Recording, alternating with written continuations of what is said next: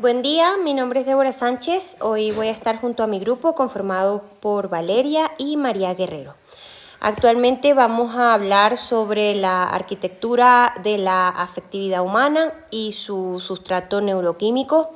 Hay que entender que para comprender las psicopatologías en la adultez y la vejez, primero debemos definir con precisión nuestro objetivo de estudio. En el caso de hoy serán las emociones, las cuales no son eventos aislados, sino que son procesos adaptativos que son complejos, que implican respuestas fisiológicas, cognitivas, conductuales, ante determinados estímulos significativos. Comencemos hablando sobre las emociones básicas o innatas, entendiendo que desde una perspectiva evolutiva, estas son respuestas biológicas que son universales, que son innatas, que están presentes desde que nosotros nacemos, ¿cierto? Y que las compartimos a lo largo de nuestra historia como especie humana, independientemente de la cultura, ¿no? Autores como por ejemplo Paul Ekman identificaban principalmente 6 emociones, las cuales son la alegría, la tristeza, el miedo, la ira, el asco y la sorpresa. Y estas tienen un valor de supervivencia que es inmediato. Por ejemplo, en el caso del miedo, activa el sistema nervioso simpático para lo que sería la lucha o huida, donde el mecanismo que se puede ver en la vejez puede ir cambiando o exacerbándose con el tiempo. También pueden aumentar los cuadros de ansiedad o los trastornos neurocognitivos.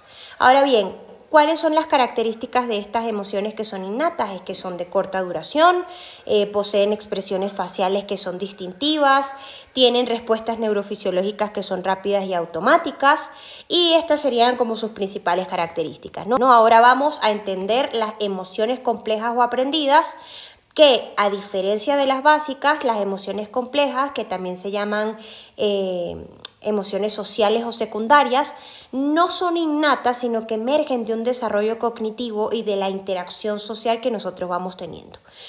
Hay que entender que estas son combinaciones de emociones básicas matizadas por la cultura y el autoconcepto. Por ejemplo, podría ser la culpa, la vergüenza, el orgullo, la envidia o la empatía.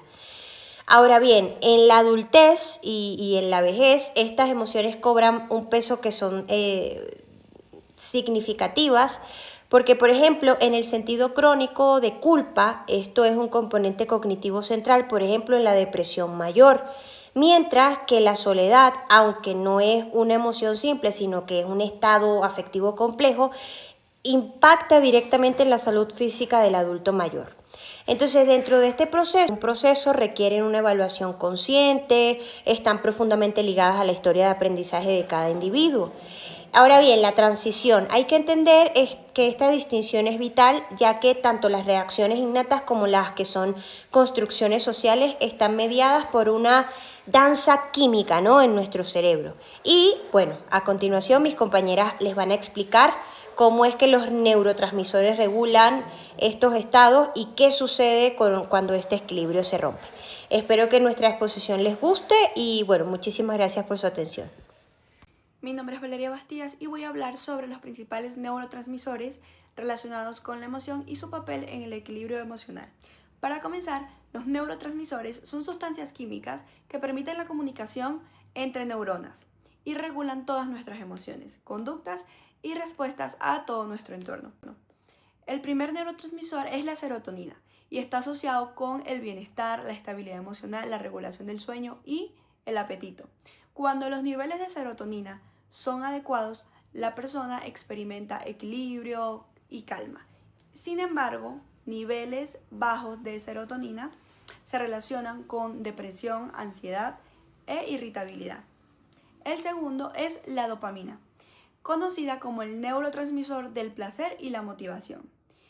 Este neurotransmisor participa en el sistema de recompensa del cerebro, nos impulsa a alcanzar metas y repetir conductas que generan satisfacción en uno mismo. Cuando está baja, puede producir apatía o falta de motivación. Cuando está desregulada, puede asociarse con conductas impulsivas o adictivas. En tercer lugar, tenemos a la noradrenalina, que interviene en la respuesta al estrés y en el estado de alerta. Es fundamental para la atención y la energía. Un exceso puede generar ansiedad o hipervigilancia, mientras que niveles bajos de noradrenalina pueden causar fatiga y dificultad para concentrarse. Otro neurotransmisor clave es el GABA. Es el principal inhibidor del sistema nervioso central y su función es reducir la excitación neuronal y promover la relajación. Cuando el GABA es bajo, aumenta la ansiedad y aumenta también la tensión. Finalmente tenemos a la oxitocina, que está relacionada con el apego, la confianza y el vínculo afectivo. Contribuye a la regulación emocional en contextos sociales y fortalece las relaciones interpersonales. En conclusión, el equilibrio emocional no depende de un solo neurotransmisor, sino de la interacción entre sistemas excitatorios e inhibitorios. Cuando estos sistemas funcionan de manera armónica, permiten estabilidad emocional, pero cuando se desregulan, pueden contribuir al desarrollo de trastornos afectivos. Muchas gracias. Saludos, mi nombre es María Guerrero y por mi parte yo les hablaré sobre de qué manera el conocimiento sobre las emociones y los neurotransmisores pueden contribuir a una mejor comprensión y manejo de los trastornos emocionales, en particular en la adultez y la vejez. Como bien sabemos, el ser humano es un ser biopsicosocial, biológico, puesto que en este caso los neurotransmisores se comprenden como señales químicas que existen entre las neuronas y explican cómo ocurre la emoción. Ahora bien, por otro lado, también está lo social, que es el contexto social y los vínculos que creamos como seres humanos, y esto explica el porqué de la emoción. Entender esta conexión entre cuerpo y mente permite intervenir con seguridad tomando en cuenta el efecto de los neurotransmisores. Ejemplo, el cortisol, que es una hormona, puede dañar el hipocampo y está relacionado con la memoria, lo que puede ser un factor predisponente al deterioro cognitivo. Asimismo, entender que la emoción es causada por un estímulo y es la responsable de reacciones fisiológicas, nos permite entender mejor que a pesar de que las emociones se comprenden como la potencia de un tren arrollador, como lo menciona Ekman, este se convenció de que comprender mejor el papel de las emociones sería beneficioso para el tratamiento de algunos trastornos mentales. Y también mencionó algo muy importante, que quizás no podemos controlar las emociones, pero sin modificar lo que las desencadena y las conductas que llevan a ellas.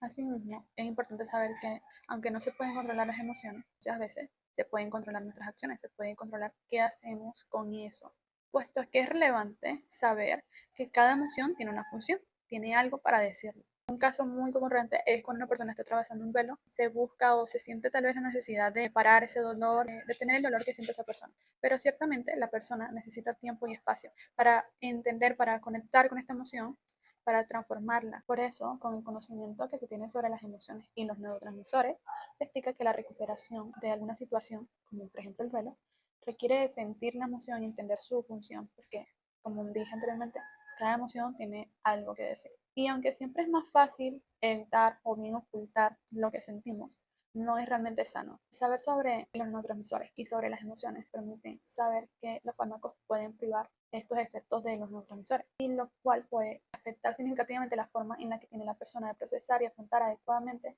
una situación, puesto que se está prácticamente anulando la emoción o bien también la frustración que conlleva. Y esto es sumamente normal, sentir emociones ante situaciones que nos afectan. Sin embargo, es de suma importancia también adquirir herramientas, técnicas, estrategias para afrontar las situaciones que día a día. Puesto que muchas veces los trastornos emocionales son a causa de no saber qué hacer con esa emoción.